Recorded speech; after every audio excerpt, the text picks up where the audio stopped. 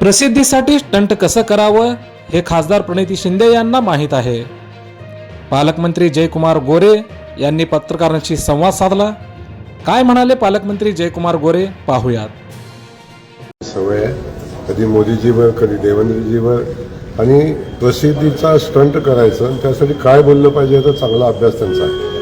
मला वाटतं याच्यापेक्षा थोडासा शहराचा अभ्यास करून काँग्रेस पक्षाचे उमेदवार कुठं आहेत, कोण आहेत याची माहिती घेऊन जर त्यांना निवडणुकीत मदत केली असती तर अशी बाष्प बडबड करण्याची वेळ आली नसती.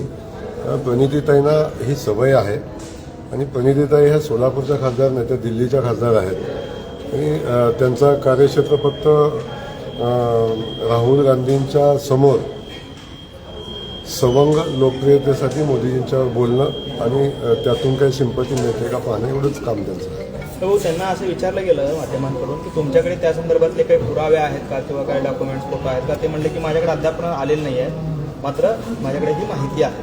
पण मग अशा पद्धतीने एखाद्या खासदारांनी असं वक्तव्य करणं कितपत योग्य आहे, त्याला काय उत्तर असेल?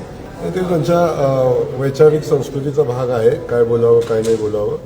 आणि हे आजच नाही आहे, त्यांच्या वैचारिकतेचे दिवाळे अनेक वेळा निघालेले आहेत, अनेकदा अशी वक्तव्य केलेली आहेत. त्यामुळे त्याला काय फार सिरियस घेण्याची आवश्यकता नाही.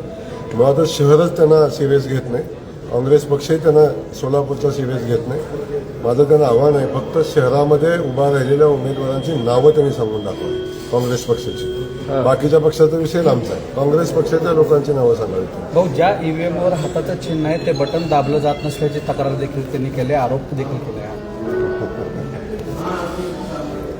आता काय आहे, त्यांना ही सवय आहे आणि ती ज्या टीममध्ये त्या राहतात दिल्लीतल्या, त्यामध्ये जनाधार गमावलेल्या लोकांची टीम जी काँग्रेस पक्षामध्ये आहे ती आपल्या पराभवाची वेगवेगळी कारणं शोधण्यामध्ये ते पटाईत आहेत आणि त्या टीममध्ये ह्या सामील असल्यामुळे त्यांना अशी वक्तव्य करायची सवय झाली.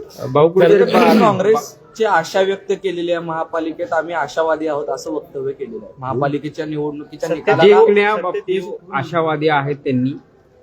अरे बाबा, निवडणूक जिंकायला जमिनीवर काम करायला लागतं, उमेदवारांच्या पाठीशी उभं राहायचं लागतं, जनतेसोबत राहायला लागतं. ह्यातलं एकही काम त्यांनी केलेलं नाही. तर मी आज सांगतो, काँग्रेसचा आकडा 3च्या पुढे जाणार आहे. उद्या दुपारी आपण ह्याच्यावर बोलू. 3च्या वर काँग्रेसचा आकडा जाणार नाही. 30 वर्ष महानगरपालिका ज्या पक्षाच्या ताब्यात होती त्यांचा आकडा 3च्या वर जाणार. काँग्रेस आत्मविश्वास कोणत्या गोष्टींमुळे भाऊ आपल्याकडे आहे? कारण विरोधक जर का ज्यावेळेस ते पराभूत होतात त्यावेळेस ते ईव्हीएमला दोष देतात, असं भविष्य उद्या पण असं होऊ शकतं. त्यामुळे कोणत्या गोष्टींवर आपण आत्मविश्वास व्यक्त करताय? आता त्यांनी उद्या पराभवाची कारणं सांगण्याच्या तयारीत राहावं. कारणं संयुक्तिक असावी तेवढाच विषय आहे. उद्या वेगवेगळी कारणं शोधण्याविषयी आजपासून थोडा अभ्यास केला तर मला वाटतं कारणं चांगली शोधता येतील. ईव्हीएम, पैसे वाटप याच्या पलीकडे जाऊन वेगळं काहीतरी कारण शोधावं.